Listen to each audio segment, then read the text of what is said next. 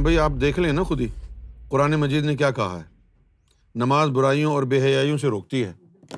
تو جو 10 سال سے نمازیں پڑھ رہا ہے وہ اتنی ہی برائیوں میں کیوں ہے جو 10 سال پہلے تھی؟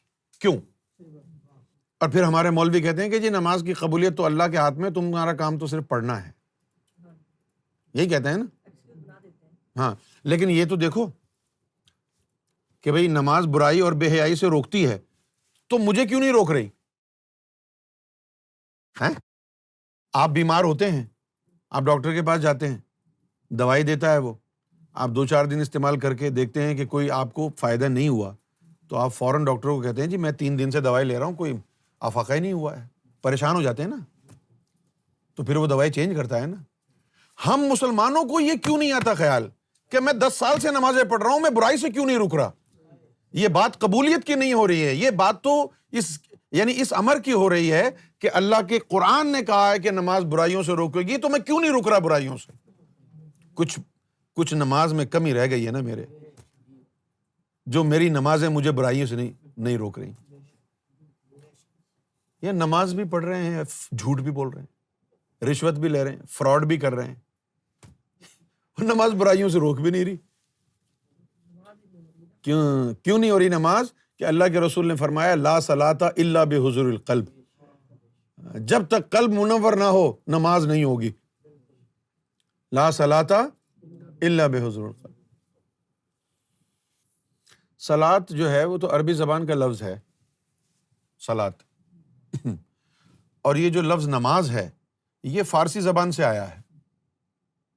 جو اصطلاح دین کی ہمارے ہندوستان پاکستان میں ہے وہ عربی زبان میں نہیں ہے زیادہ. اس کی وجہ یہ ہے کہ ہمارا جو ابھی چند صدیاں جو گزری ہیں پیچھے، اس میں ہمارا دین ان لوگوں کے ہاتھ میں تھا جو فارسی بولتے تھے زیادہ. ہندوستان جب پاکستان نہیں تھا، صرف ہندوستان تھا، تو افغانستان میں، ایران میں، ترکی میں، انڈیا میں زبان فارسی تھی، فارسی بولی جاتی تھی. جیسے شاہ ولی اللہ کتنے بڑے بزرگ گزرے، ان کی زبان فارسی تھی. سیدنا غوث اعظم رضی اللہ تعالی عنہ، ان کی زبان فارسی تھی، لیکن وہ تو بغداد میں رہنے کی وجہ سے وہ عربی بولتے تھے. تو فارسی کے بہت سارے الفاظ آ گئے ہیں. اچھا، اب یہ جو لفظ نماز کا جو فارسی سے آیا ہے صلاۃ کے معنی میں، یہ صلاۃ کو ہی نماز کہا جاتا ہے. اچھا، اگر یہ لفظ نہ ہوتا تو پھر ہم کو صلاۃ سمجھنے میں اور زیادہ آسانی ہو جاتی، کیونکہ اس لفظ نماز کی وجہ سے ہم نے صلاۃ کو صرف کھڑے اور بیٹھ کے اور سجدے میں جانے والی جو عبادت ہے اس تک محدود کر دیا ہے. صلاۃ جو ہے وہ 2 طرح کی ہے، ایک دائمی ہے اور ایک وقتی ہے. دائمی صلاۃ کیا ہے؟ ہمارے دل کا اللہ کے ذکر سے آباد ہو جانا، ہر وقت وہاں پر اللہ کے نام گونج رہے ہیں. بھائی نماز میں ہم کیا کرتے ہیں؟ قرآن مجید کی تلاوت ہی ہوتی ہے نا. تو ایک طرف اللہ کا نام لیا جا رہا ہو، دوسری طرف قرآن کی تلاوت ہو، تو برابر ہی ہو گیا نا. کیونکہ پورے قرآن کا ماخذ جو ہے، جو جسٹ ہے، وہ تو اس میں ذات اللہ ہے. تو قرآن مجید میں لفظ اللہ سے تو بڑا کوئی اور دوسرا لفظ استعمال نہیں ہوا. کیا خیال ہے آپ کا؟ اب یہاں ذرا سی تشریح کی ضرورت ہے. وہ کیا کہ جیسے میں نے بتایا نا کہ صلاۃ 2 طرح کی ہے. ایک تو ہے دائمی، اور وہ صلاۃ یہ ہے کہ ہمارے دل میں اللہ کا جو نام ہے، اللہ کا جو ذکر ہے وہ قائم ہو جائے اور دل ہر وقت اللہ کے ذکر میں رہے. جیسے قرآن نے کہا الذین یذکرون اللہ قیاما وقعودا وعلی جنوبہم. ٹھیک ہے نا.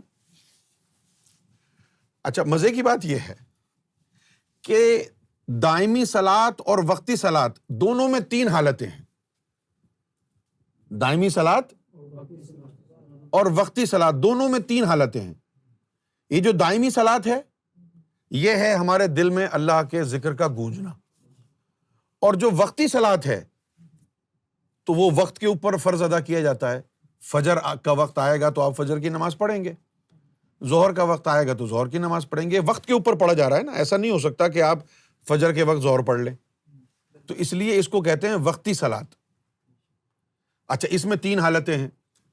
قیام، جب آپ کھڑے ہو کر کے، پھر قعد، بیٹھ کے اتحیات، پھر آپ سجدے میں جاتے. 3 حالتیں ہیں. اور دائمی صلاۃ میں بھی 3 حالتیں ہیں، قیاما وقعودا وعلی جنوبکم۔ دائمی صلاۃ کی کیا شرط اللہ نے بتائی ہے کہ اٹھتے بیٹھتے کروٹوں کے بل سوتے وقت بھی ذکر اللہ ہوتا ہے اس میں۔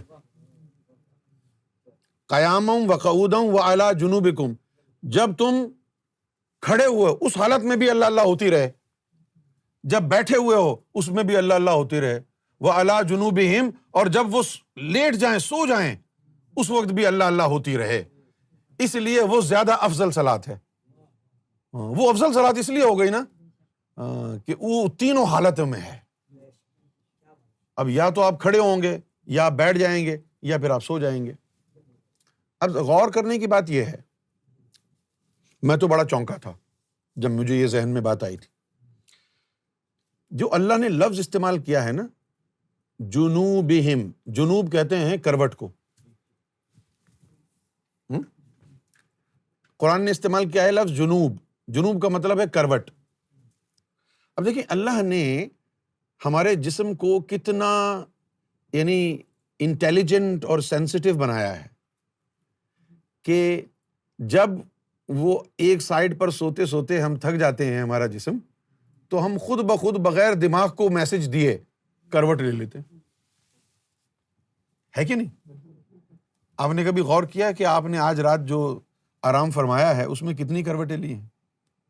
نہیں ہے۔ کسی کو یاد رہتا ہے؟ کوشش کر کے دیکھ لیں، سوتے وقت کیا یاد رہے گا؟ نہیں نا۔ تو اللہ نے لفظ یہ اس لیے استعمال کیا ہے کہ تمہارے ظاہری جسم کو بھی ہم نے اتنی انٹیلیجنس دی ہے کہ وہ ضرورت پڑنے پر کروٹ لے لے گا اور تمہیں بتانے کی بھی ضرورت نہیں پڑے گی تمہارے دماغ کو، اور وہ کروٹ لیتا رہے گا۔ تو کوئی ایسی چیز بھی اللہ نے تمہاری روحوں کو دی ہوگی کہ تم سوتے رہنا وہ اللہ اللہ کرتی رہے۔ بھئی جب تمہارا جسم اتنا ایڈوانسڈ ہے کہ کروٹ کا وقت آیا تو کروٹ لے لی، تم کو تو پرواہ بھی نہیں ہے، رات کو تم کوئی سوچتے ہو کہ یار مجھے کروٹ لینی پڑی تو کیا ہوگا؟ خود بخود کروٹ لے لیتے ہیں نا۔ How sensitive it is and how intelligent it is for a body without requiring any channeling, any messaging from the brain. Simply when one side of you gets tired, you just toss on the bed, even without waiting for any message from your brain. یعنی یہ sensitivity اللہ نے آپ کے جسم کو دیے، تو روح کا کیا عالم ہوگا؟ تو روح کا کیا عالم ہوگا؟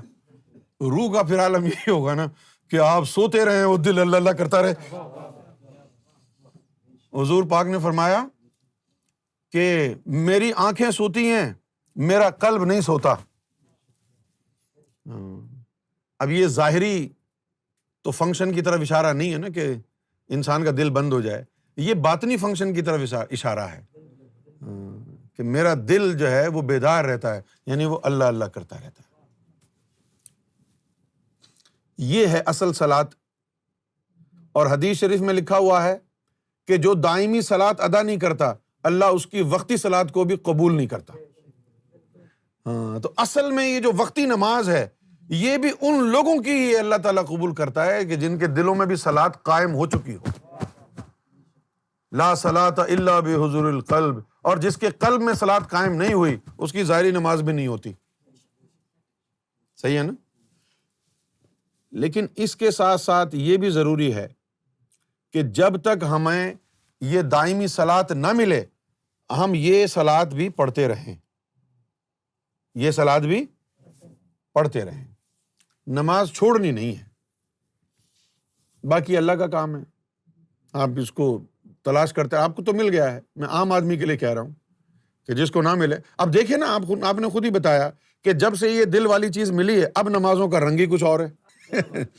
اچھا، اب یہ اندر اللہ اللہ کرتا رہے دل، اب نماز میں کھڑی رہیں، نماز میں ہوں یا سو رہی ہوں، سو رہی ہیں دل اللہ اللہ کر رہا ہے، اس سے زیادہ بے خبری کیا ہوگی؟ آدمی جب سو جاتا ہے تو اس کو کچھ پتا ہوتا ہے ادھر ادھر کیا ہو رہا ہے، پھر بھی اللہ اللہ ہے نا۔ پھر جب سو رہی ہیں تب بھی دل اللہ اللہ کر رہا ہے، اخبار رسالہ پڑھ رہی ہیں تب بھی دل اللہ اللہ کرے گا نا۔ دنیا سے بات چیت کر رہے ہو تب بھی دل اللہ اللہ کر رہا ہے نا, کاروبار میں ہو تب بھی دل اللہ اللہ کر رہا ہے نا. یہی چیز اللہ نے قرآن مجید میں فرمائی تھی مومنوں کی شان میں, کہ مومن وہ ہیں جن کو خرید و فروخت بھی اللہ کے ذکر سے غافل نہیں کر سکتی. تو ہمارے مولویوں نے لوگوں کو کہا کہ تسبیح ہاتھ میں پکڑ لو, کاروبار پر بھی بیٹھ جاؤ تسبیح گھماتے رہو. یہ نہیں کہا تھا, ادھر کہا تھا کہ مومن وہ ہیں کہ خرید و فروخت بھی ان کو اللہ کے ذکر سے غافل کر ہی نہیں سکتی ہے, کیونکہ ان کے دل ہر وقت اللہ اللہ میں لگے ہوئے ہیں. اس کے لیے مولانا روم نے کہا کہ دست کار ول دل یار ول, پنجابی میں کہتے ہیں کہ ہاتھ کار ول دل یار ول, دست بکار دل بیار, کہ ہاتھ کام کاج میں لگے ہوئے ہیں لوگوں کے ساتھ اور دل یار کے ساتھ جڑا ہوا ہے. رجال لا تلہیہم تجارت ولا بیع عن ذکر اللہ, فرمایا کہ مرد مومن تو وہ ہے کہ خرید و فروخت بھی اس کو اللہ کے ذکر سے غافل کر ہی نہیں سکتی ہے. کیسے نہیں کر سکتی ہے؟ اس کو تو سونا بھی غافل نہیں کر سکتا, کیونکہ وہ تو دل میں ہر وقت اللہ اللہ ہو رہی ہے نا. اب تو سوتے میں بھی دل اللہ اللہ کر رہا ہے, خرید و فروخت میں بھی کر رہا ہے, تو جب قبر میں چلا گیا نا اس وقت بھی دل اللہ اللہ کر رہا ہے. قبر میں بھی چلے گئے پھر بھی زندہ ہو گئے. یہ تو بہت بڑی اللہ کی عطا ہے.